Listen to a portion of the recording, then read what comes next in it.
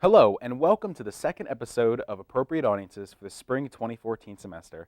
I'm Matthew McGroarty, and I'm joined by Amanda Dodson. We had a third guest, but sadly they fell ill, so us two are going to have to be the powering force of this episode, but that's all right.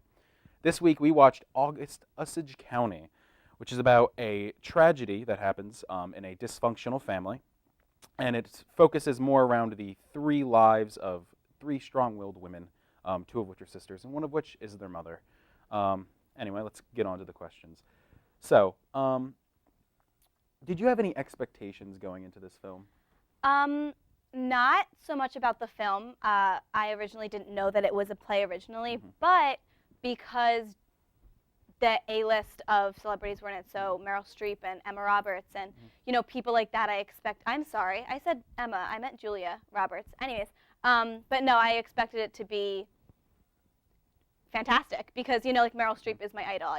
Everything that she does, turns into gold, So, yeah, I did have some pretty high expectations for it, yeah. Cool. I personally didn't have any. I didn't know what the movie was about. I was like, okay, movie, all right. I was told by the person I had gone with, Jason, that the movie was really good. So I was like, you know what? I'll go in. We'll see how this does. And it was a good movie. At least I think it was. Yeah, I thought it was spoiler fantastic. alert. Spoiler alert. Yeah, spoiler. Good movie. All right. So going in, you were aware that it was a play first. Yes. I found out after.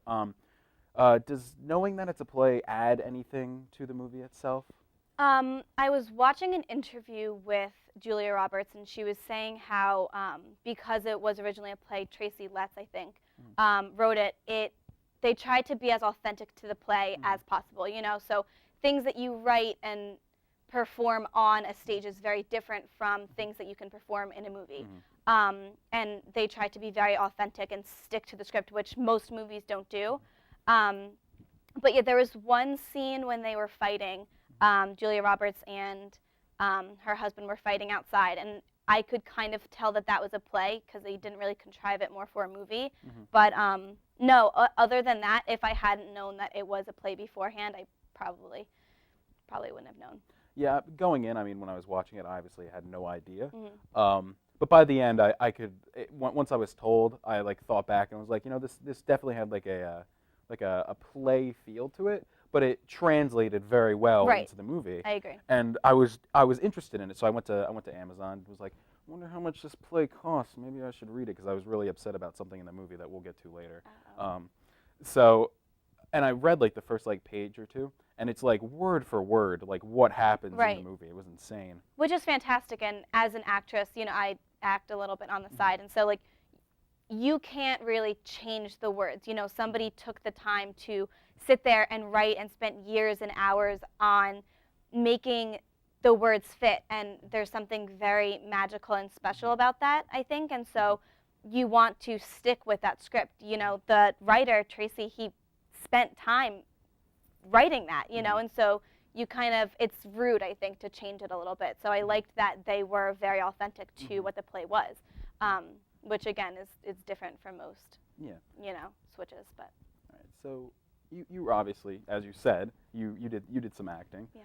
What did you think about the truly all-star cast in this movie? Fantastic. I mean, Meryl Streep again. I'm telling you, she can do no wrong. She can play amazing. Anything that she wants to do. She can nothing. Everything that she is in is just fantastic, and she's a phenomenal character actor, and I think that she doesn't play, the same generic role. There are a lot of actors and actresses that, just play an ingenue or, somebody else like that. But no, she's obviously fantastic. Julia Roberts is fantastic. Margot Martindale, love her too, So they made the movie to me, I think that if it had been not celebrities that are as well known, it still would have been fantastic. But I also think that they added to the wonderfulness of, is that even a word? I'm not sure. It is now. Great, it is now, of, the overall movie. It definitely had a feel that was meant for these actors and actresses to play. Absolutely. I think I think if it hadn't had the all-star cast, still would have been a great movie. But I Absolutely. definitely think it heightens the Absolutely. experience. Yes. Because like you know that these people are like the top of their craft. And you know I'm not like a huge Julia Roberts fan. I don't know why. It's the same reason I like don't like Matt Damon for some reason, even though he's a pretty good actor. Right. But I went in and I was like, wow, that was amazing. And Benedict Cumberbatch, it was nice seeing him in a role that wasn't like Yes. master genius or like space villain from to see him do something a little different. Than what and it was really nice. I was like, wow, this guy really has like more of a wide ability range of than what I had been seen before. So I was pretty impressed with that. I agree. I was impressed as well. I knew that I knew him from something, but I wasn't positive until I went on IMDb and looked it up later, like what he was from, and I was like, got it. Now I understand. Right. So going along, you know, with the amazing cast of and with Benedict Cumberbatch, I'm not sure who. Quick question. Yes. Ivy, her character. Yes. Who is she played by?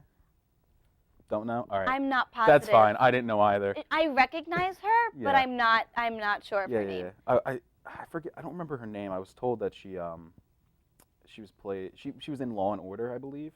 Yes. So I don't watch Law and Order, so I'm not huge. I don't really know her. So, but her and there's a scene between her and Benedict Cumberbatch's character where they're playing the piano. Ivy and Charles. And it was God, that was such a great scene. It was so nice. But then it gets ruined by the ant. Can we talk about how mean and nasty the ant is? Well, we first have should we spoil it? No, let's just say that she's a little, to Charles, her son. Right.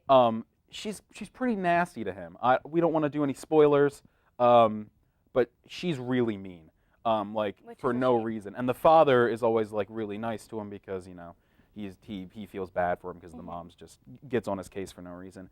Granted, he's kind of he's not the smartest. He misses the funeral. He's shy. He's shy too, Yeah. so he's easy to be picked on. But yeah, his mom is so mean. So okay, there's so many things that I want to say that I can't because it will ruin the whole movie. But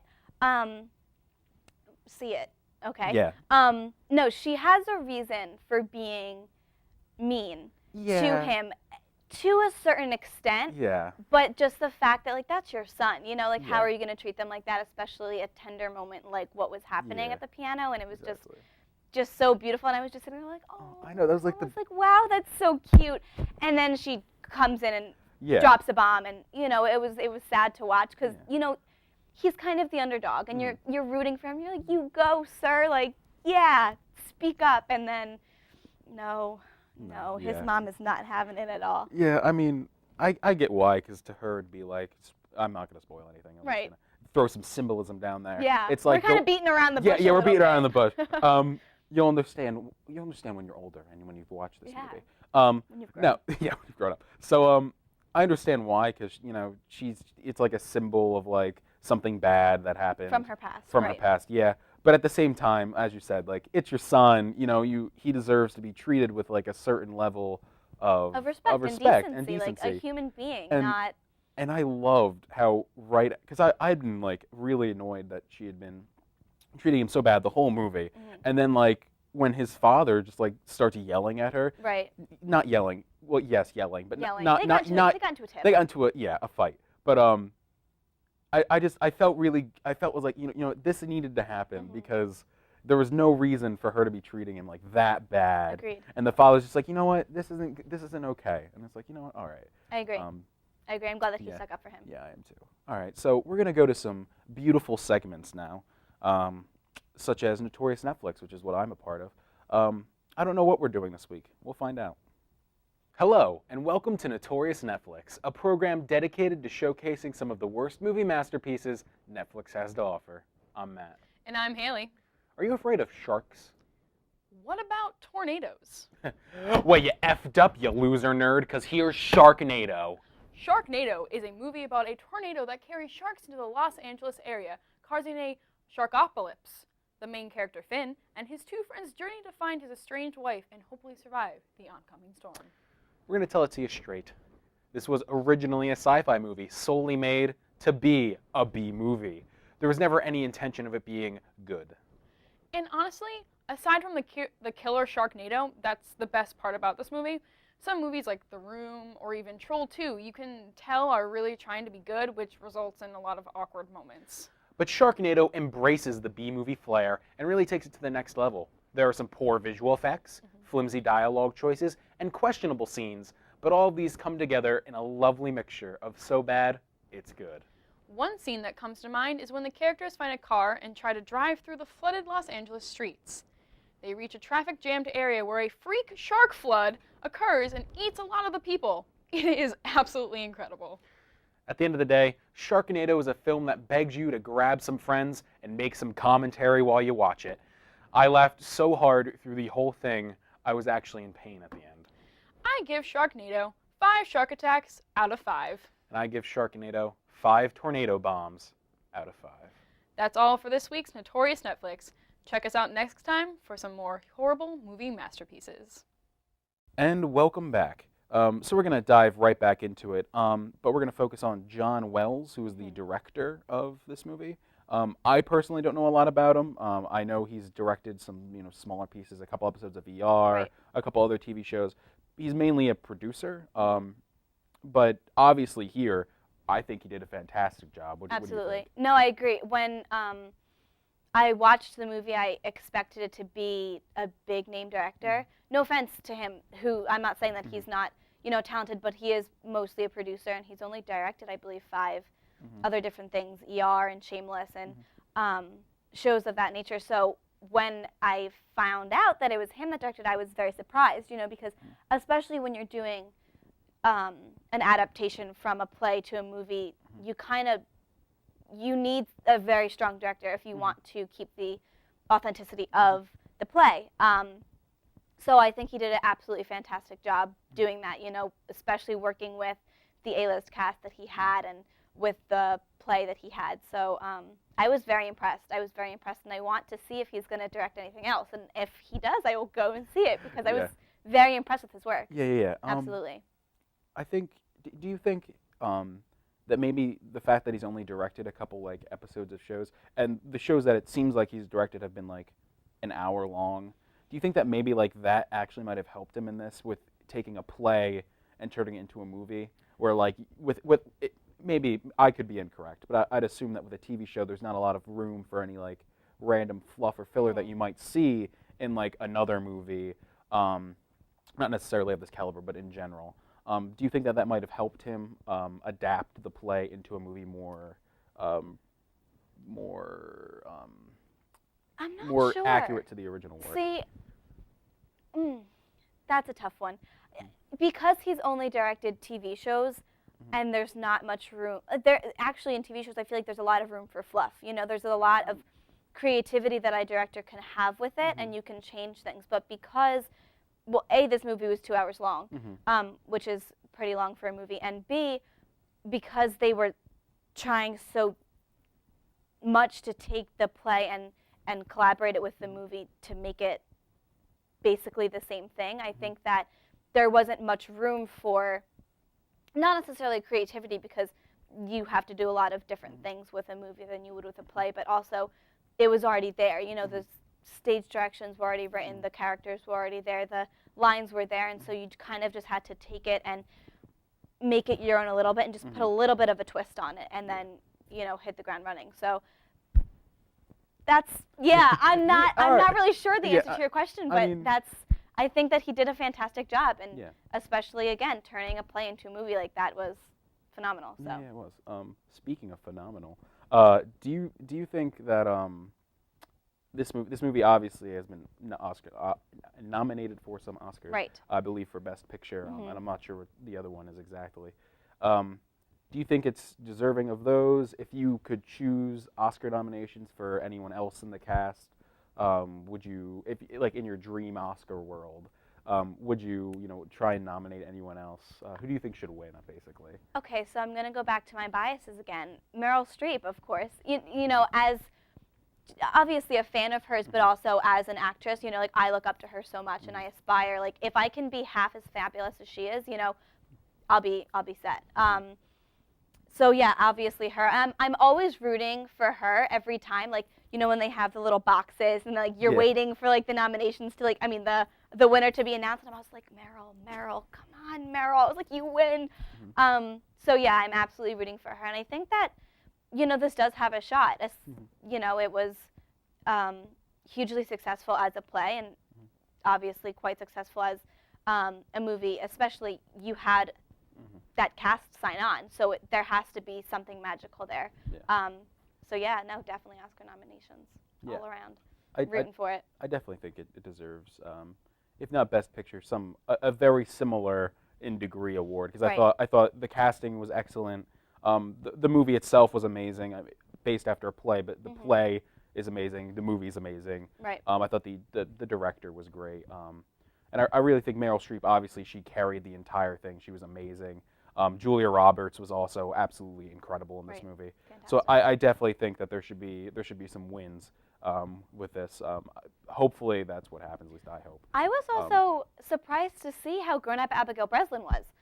I don't know if you noticed that. Do you remember like her? She was like the little baby in like Driving Miss Daisy or like some Sunshine movie, and she has grown up so much. Yeah, look it up. Wait a minute. Because that was the 14-year-old. That was Abigail Breslin. Yes, crazy. So like she has developed so much into herself and also an actress. So I was also very happy to see her in this film. Yeah. Wow, that's insane. I know. God, wow. I know. It's like watching Dakota Fanning grow up, and like now yeah. I'm watching Abigail Breslin grow up, and I'm like, what have I done with my life? Good for you guys. Hey, Yeah. you tried, and that will count. I know. Yeah. I know. Okay, I'll have to IMDb her after Almost this because done. I'm impressed. Wow, didn't Yeah. even notice her. To Okay. carry herself with that Yeah, cast, I yeah, was very Jesus. impressed. Oh my So God. yeah, absolutely. All right, so we're gonna get into a little spoiler part of the movie because I want to talk about it. Makes me mad. I was mad for a good hour and a half after this. So spoiler alert. Stop watching right here. You skip a couple minutes. We'll tell you when the spoiler's done. You're good. All right, Mute cool. it. All right, yeah, mute it. Just let us talk. The thing with Charles and Ivy, spoiler alert, even though you already are past the spoilers, they're brother and sister and they're dating, basically. Yeah. I was mad as hell. Well, okay. So originally we find out that they're first cousins, Which isn't. and that they're, you know, in love. You know, the first scene I was watching with my friend, and we just like looked and we were like, yeah. what? Weird, but not Right, the and weirdest then you find thing. out that the reason Margot Martindale is so rude to Charles is because it was her sister's husband's child. So crazy, like Yeah, plot really, twist. Jesus. Yeah, no, I wasn't. I was mad that she found out Yeah. because they had set plans to go Yeah. run away to New York, and you know they couldn't have children anyway because she had had a procedure done. So you know that was out of it, and I was rooting for Love. Yeah. I really was. I was Yeah. like, yeah, you go Love, and you know. Then I was sitting here like thinking philosophically. I was like, well, if they didn't know that they were related, Yeah. you know, if two people really don't know that they're related, but they are, is it still wrong to like get together? And then I'm like, still weird, but I was Yeah. still rooting for Love. I was like, you guys are cute, Yeah. you know, and like Ivy had problems with, you know, finding relationships in the past, so I was really rooting for her. And then that bomb got dropped, and I want to know what happened to her because she just drove off, and I was like, well, I mean, game over. yeah, we can speculate. Like, I personally like to think that she was just like, whatever, like, and just kept going. But like in reality, it's either like things go good, Yeah. things go terribly wrong. Well, because she was already dealing with the fact that it was her first cousin. Yeah. And then it's like, nope, just kidding, he's your brother. Yeah, And then, you ju- can't really win with that one. Yeah, There's no coming back. It just made me really upset because like the whole movie is basically just people being angry and sad and stuff, and then like there's the one thing ounce happens, of happiness. and then just like it's exactly like the piano scene. It's Yes. like, oh, this is so sweet and nice. Your cousins, it's kind of weird, but whatever, you know. And then it just gets destroyed, and it's like, oh my God, because they could have gone their entire like lives not knowing that they were brother and sister, and it would have been fine. Because they didn't care that they were cousins, obviously. So it's like, you know, whatever. But now that they find out, it's like, wow, that's you that's can't a come back bummer. from that. Oh, That's a God. game over. Jesus, I'm so upset about Disappointing. that. Still a great movie. Oh yeah, incredible. Great movie. The fact that I am this upset about this movie True. Well, because makes I it very think good. this movie was raw and it was authentic to real things. Families aren't like Full House. Yeah. So I liked that there was a certain like, ouch. You got emotionally invested in these characters. We're talking about this now. We're getting so worked up over the fact that these poor people found out that they're brother and sister. And so you get emotionally invested in these characters, and I think that's what makes for a fantastic movie, and that's what makes for a fantastic cast, and also award nominations, because you're as an actor, taking these characters and making them real and making them something that people root for, or somebody that somebody hates, or like somehow you're emotionally connected and invested in these people. And so, I think, I don't know, I'm still mad about Ivy. I know, it's really bothering me. It's upsetting. Yeah, but Jesus. All right. So, final little words about the movie. Anything you want to say before we go to? Yeah, I just said it. I Yeah. loved that it was raw and people can relate. Yeah. Obviously not on every level. I hope that you don't fall in love with your brother, and things like that, because that'll make for a difficult time and Christmas dinner. But but no, it was something that you're able to. Families are not all smiles and rainbows, So it was real, and I liked that, and obviously the cast again, rooting for Meryl because she's great. Everything I would have said, already said. I agree completely. It's real. The cast is amazing. Yep. It gets you really emotionally invested, which I think is a sign of a great movie. If Absolutely. you're not looking at your phone or your watch or whatever to find out when it's over. Right. then Especially with a 2-hour movie. Yeah, exactly. I was glued to the screen Yeah, the exactly. entire time. So Yeah. So final conclusion. What are you thinking? go see it. You need to see it. You need to rent it. You need to buy it. You need to make signs for Meryl Streep when she wins. Duh. No, it was fantastic, and I really suggest you see it, even after we just kind of spoiled everything for you. Spoiler. But not everything. You don't know what else Yeah, happened. there's It was a other 2-hour things movie. in the movie. Jeez. Guys, come on. I agree. Go see the movie. It's great. I watched it. Made me interested in the play. I might check it out. I mean, if it's that good on screen, it's got to be that good in the play itself. So yeah, check it out. It's gonna be awesome. Check it out. That's all we have for you guys this week for Appropriate Audiences. I'm Matt, joined by Amanda Dodson. Check us out on Facebook and on Twitter. See you next week, guys.